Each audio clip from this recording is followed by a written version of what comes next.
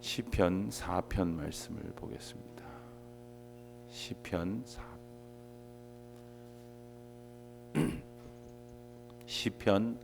4편 1절부터 8절까지의 말씀을 봉독하겠습니다. 시편 4편 1절부터 8절까지의 말씀.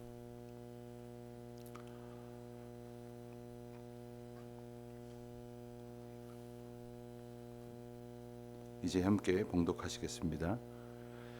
내 의의 하나님이여, 내가 부를 때에 응답하소서. 곤란 중에 나를 너그럽게 하셨사오니 내게 은혜를 베푸사 나의 기도를 들으소서. 인생들아, 어느 때까지 나의 영광을 바꾸어 욕되게 하며 헛된 일을 좋아하고 거짓을 구하려는가? 여호와께서 자기를 위하여 경건한 자를 택하신 줄 너희가 알지어다. 내가 그를 부를 때에 여호와께서 들으시리로다.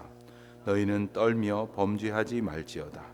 자리에 누워 심중에 말하고 잠잠할지어다. 의의 제사를 드리고 여호와를 의지할지어다. 여러 사람의 말이 우리에게 선을 보일 자 누구니요 하오니, 여호와여, 주의 얼굴을 들어 우리에게 비추소서. 주께서 내 마음에 두신 기쁨은 그들의 곡식과 새 포도주가 풍성할 때보다 더하니이다. 내가 평안히 눕고 자기도 하리니 나를 안전히 살게 하시는 이는 오직 여호와이시니이다. 아멘. 모든 우리가 시편을 볼 때마다 그 시를 잘 이해하기 위해서는 가능한 대로 그 시의 배경을 좀 살펴볼 필요가 있습니다. 그런데 우리가 학교 다닐 때 국어 교과서에서 보던 시를 이해하기 위해서는 참고서도 있고, 그리고 그 시에 관한 저자나 또 배경에 관해서 많은 것들이 정보로 제공됩니다만은 시편은 거의 그렇지 못한 시편들이 많습니다. 물론 그 상황을 설명해 놓고 이렇게 시를 읽게 되어지는 경우도 있습니다만은 그렇지 못한 시 혹은 그 정보가 지극히 작고 제한되어 있는 경우도 많이 있습니다. 오늘 시편의 배경은 어떤 시일까? 많은 이제 구약학자들은 일반적으로 3절과 동일한 혹은 비슷한 배경을 가지고 있는 것으로 이렇게 간주하고 있습니다. 우리가 어제 본 대로, 어제 본 말씀이 어떤 경우였습니까? 다윗이 그의 아들 압살롬이 반역을 꾀해서 자기의 왕위와 목숨까지도 빼앗으려고 달려들었을 때에 그 상황에 처하여 있었던 다윗 왕이 지은 시로 우리가 이해하고 읽지 않았습니까? 그와 같은 이제 위기 가운데에서, 역경 가운데에서 이제 드리는 다윗의 기도다, 이렇게 추정할 수가 있습니다. 또 시를 이렇게 살펴보면 고통 가운데에서 보낸 그 하루의 시간들을 어느 정도 지난 혹 시간대로 추정한다면 저녁 때쯤 드린 기도 혹은 묵상으로 이렇게 추정하곤 합니다. 이 시는 우리가 읽은 것처럼 하나님께 기도하는 것으로 시작해서 또 다시 기도와 감사의 찬양으로 이렇게 끝을 맺게 되는데, 그 사이에 2절부터 5절까지라고 이렇게 구분할 수 있는 단락에서는 이 시를 함께 듣거나 혹은 노래하거나 혹은 이 시가 전하여질 것이라고 여겨지는 그 대상들에게 몇 가지로 권면하는 그러한 내용으로 이렇게 함께 구성이 되어져 있습니다. 이 시라는 것이 결국엔 메시지이거든요. 그 메시지가 무엇을 포함하고 있는가를 보았을 때는 하나님께는 영광과 찬송을 올려드리는 그 경배의 노래가 될 것이고, 또 이 시를 듣는 사람에게는 그 고백을 또한 권면하는 것이라고 말할 수 있겠습니다. 근데 하나님에게만 더 집중하여지는, 다른 사람들을 과히 의식하지 않는 그러한 표현들이 있겠습니다만은 종종 다른 사람들에게 자신의 고백을 이렇게 전하고 또한 그 고백만큼 권고하는 그러한 내용들이 담겨져 있다, 이렇게 이해할 수 있게 될 것입니다.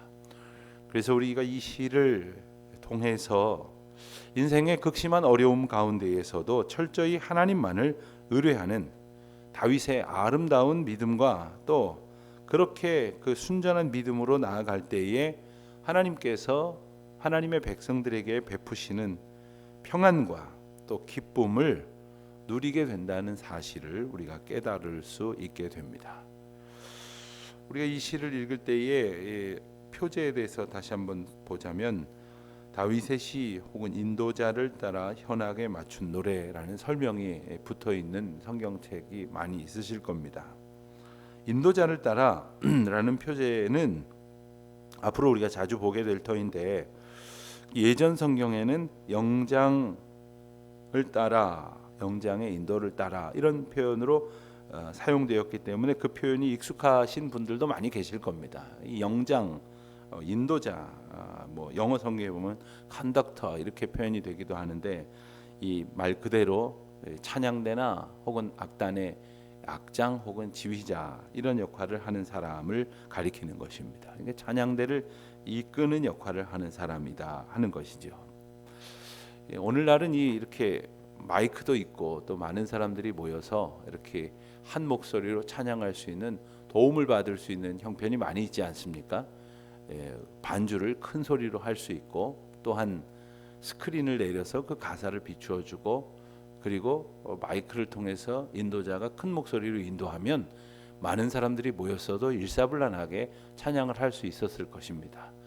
그러나 예전에는 어땠겠습니까? 그러니까 참 어려웠을 것이죠. 그러니까 이 찬양대는 전체가 다 함께 찬양할 수 있도록 찬양을 선도하는 그러한 역할을 하는 분들이었습니다. 그리고 그 찬양대를 이끌며 전체가 하나님 앞에 한 목소리로 찬양하게 하는 것을 말하는 것이죠. 요즘 뭐 그런 것을 본 적은 없습니다만은 아주 예전에 어디선가 본 듯한 장면처럼 기억이 나는 것은 주기도문 하심으로 예배를 마치겠습니다. 그러면 다 같이 목소리를 맞춰서 해야 될 거 아니겠습니까? 하늘에 계신 이러고 시작은 했는데 저기는 막 빨리 가고요. 여기는 뭐 천천히 가고 그러다 보면은 저쪽은 먼저 끝나고 아직 대개 나라와 권세와 이러고 한참 있다가 돌림 노래하는 것처럼 이렇게 끝날 때가 있어요. 이게 다 눈을 감고 있으니까 누가 지휘를 할 수도 없고 그래서 그랬을 수도 있겠습니다만은 영장이 맞추어 함께하는 노래는 목소리와 이 곡조만 맞추는 것이 아니라 모두가 한 마음으로 하나님을 찬양하는 그러한 의미를 또 담고 있게 되어지는 것이죠. 또 현악에 맞춘 노래라 했는데 여기서 현악이란 줄로 타는 악기들 그리고 혹은 손으로 연주하는 수금을 가리키는 것입니다. 이런 악기들을 동원하며 찬양하는 그런 모습들을 우리가 연상할 수 있게 됩니다. 1절 말씀을 보면 우리가 이 짧은 한 절의 기도문을 보면서 여러 가지 교훈을 발견하게 됩니다. 우선 하나님께서는 우리의 의의 하나님이시라 하는 사실입니다. 내 의의 하나님이여 하고 다윗이 하나님을 부릅니다. 여러분 우리가 기도할 때에 하나님 아버지 하나님을 부르며 기도를 합니다. 물론 하나님께서 우리의 기도를 들으십니다. 뭐 형식이 부족해도 모자라도 또 혹은 틀려도 하나님께서 우리의 기도를 물론 들으십니다. 우리가 하나님을 부르고 하나님 앞에 있다고 하는 것을 고백하는 것으로부터 우리 기도가 시작이 되어지는 것이죠. 하나님을 부릅니다. 그런데 시편 저자는 의의 하나님이여 또 나의 의의 하나님이여. 여기서 나의 의가 의미가 아니라 의의 하나님이 바로 나의 하나님이시라고 하는 사실이죠. 그러니까 이 짧은 하나님을 부르는 말에도 두 가지 고백이 담겨져 있는 거예요. 하나님은 의의 하나님이십니다. 하나님은 나의 하나님이십니다. 곧 하나님이 의로우신 분이실 뿐만 아니라 하나님이 의로우심으로 말미암아 우리까지 의롭게 만들어 주시는 분이시다 하는 사실이죠. 그분은 곤란 중에 나를 너그럽게 하셨다고 했습니다. 나를 너그럽게 하셔서 나를 평안하게 하셨다는 것이죠. 우리가 비록 이 세상 살면서 여러 가지 곤란한 경우를 당하게 됩니다. 여러 가지 환난 가운데에서 고난 가운데 살아갈 때가 있습니다만은 우리를 평안하게 너그럽게 만들어 주시는 하나님이시다. 우리의 모든 상황을 온전히 주장하시는 분이시다 하는 찬송을 드리는 것입니다. 때로는 부당한 정죄와 억울한 손가락질을 당할 때에 이 사실을 고백하는 것처럼 확신하게 된다면 그것 자체로 이미 상황은 바뀌지 않았어도 너그러워지는 거예요. 하나님은 나를 언제나 평안하게 해주시는 분이니 내가 나의 하나님을, 의의 하나님을 부를 때에 평강으로 나에게 인도하여 주실 것이다. 그리고 그분이 나의 기도를 들으십니다 하는 고백이지요. 우리가 살아가는 걸음걸음 가운데에서 우리가 날마다 이런 기도를 합니다. 그런데 여러분, 사실 우리가 그 문제의 상황이 완전히 우리가 원하는 대로 바뀌지 않더라도 하나님 앞에 아뢰었으면 하나님께서 너그럽게 하여 주실 것이라는 믿음을 가지고 좀 기다려야 합니다. 보채듯이 하나님께서 마치 내가 더 보채지 않아서 들어주시지 않는 분처럼 여길 것이 아니라 하나님의 때에 가장 합당한 방법으로 응답하여 주실 것을 믿고 다만 연약한 나에게 하나님 앞에 마땅한 고백과 간구가 있어야 하겠다 하는 그러한 생각들을 해보게 되는 것이죠. 하나님께서는 우리의 기도를 응답해 주시고 또 그것이 우리를 사랑하시는 그분의 긍휼의 결과임을 우리가 기억하고 더욱 겸손하게 감사하며 기도해야 하겠습니다. 3절을 보면 여호와께서 자기를 위하여 경건한 자를 택하신 줄 너희가 알지어다. 다윗이 알고 있는 이 사실을 더 많은 사람들이 알기를 원했습니다. 내가 그를 부를 때에 여호와께서 들으시리로다.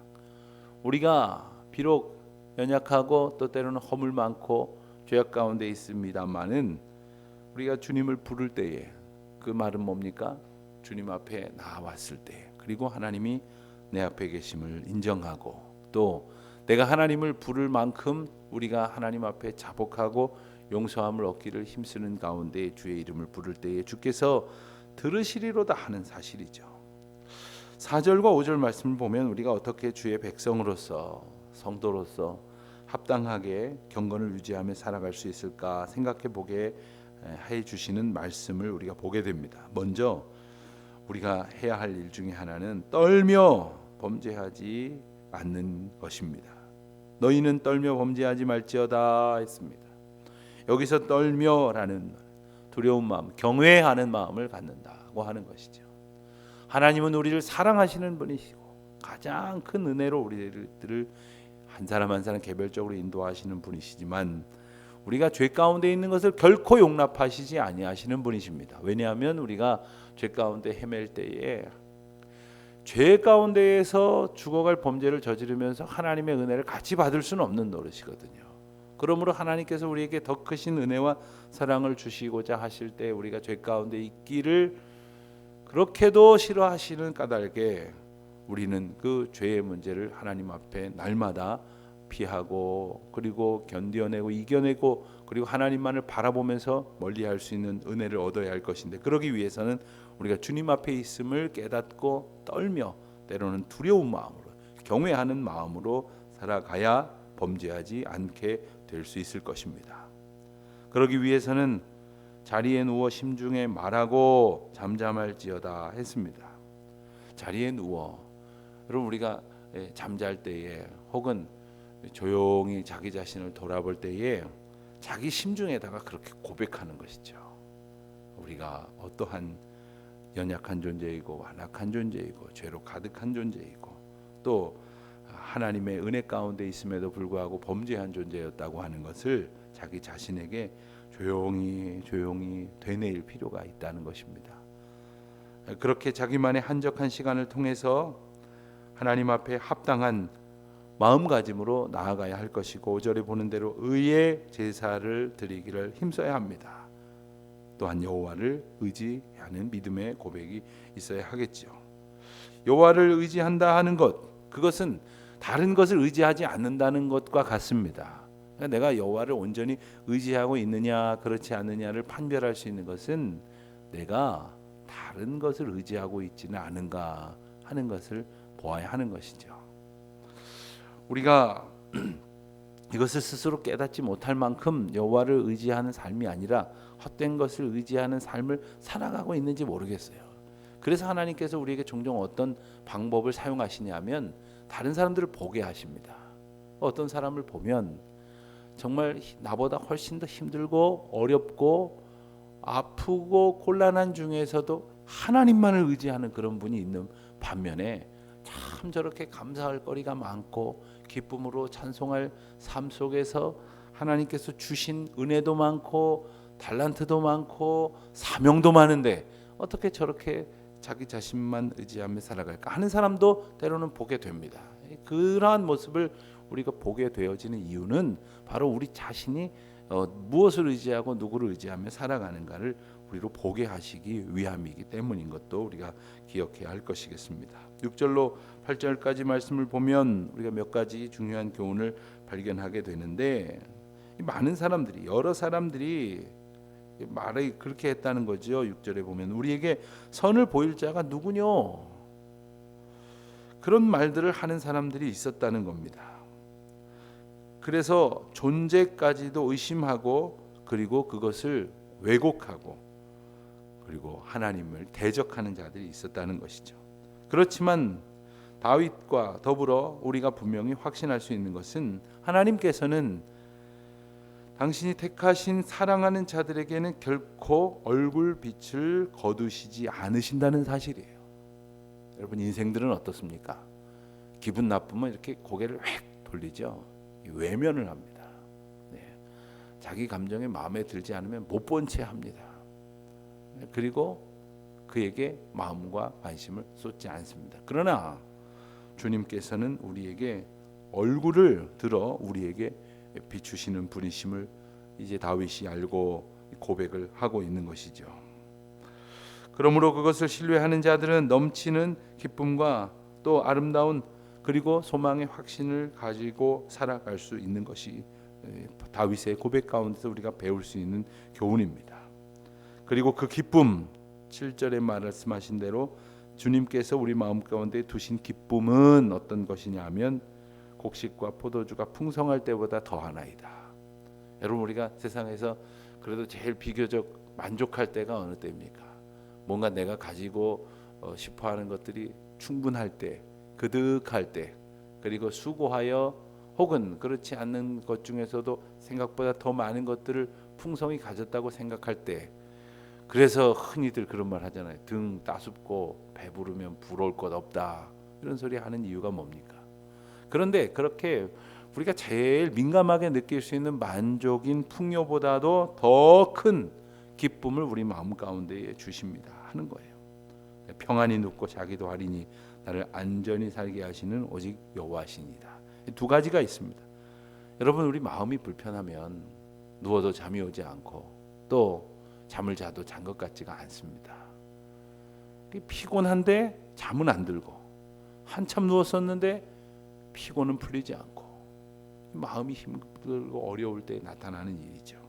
그런데 오늘 우리는 자다가 뭐 전쟁 날까봐 걱정하지는 않지 않습니까? 물론 뭐 여러 가지 국제 정세의 어려움도 분명히 우리가 맞닥뜨리고 있습니다만 다윗이 살아가던 시대에는 자다가 무슨 일이 벌어질지 모르는 그러한 불안의 요소가 가득한 시대였습니다.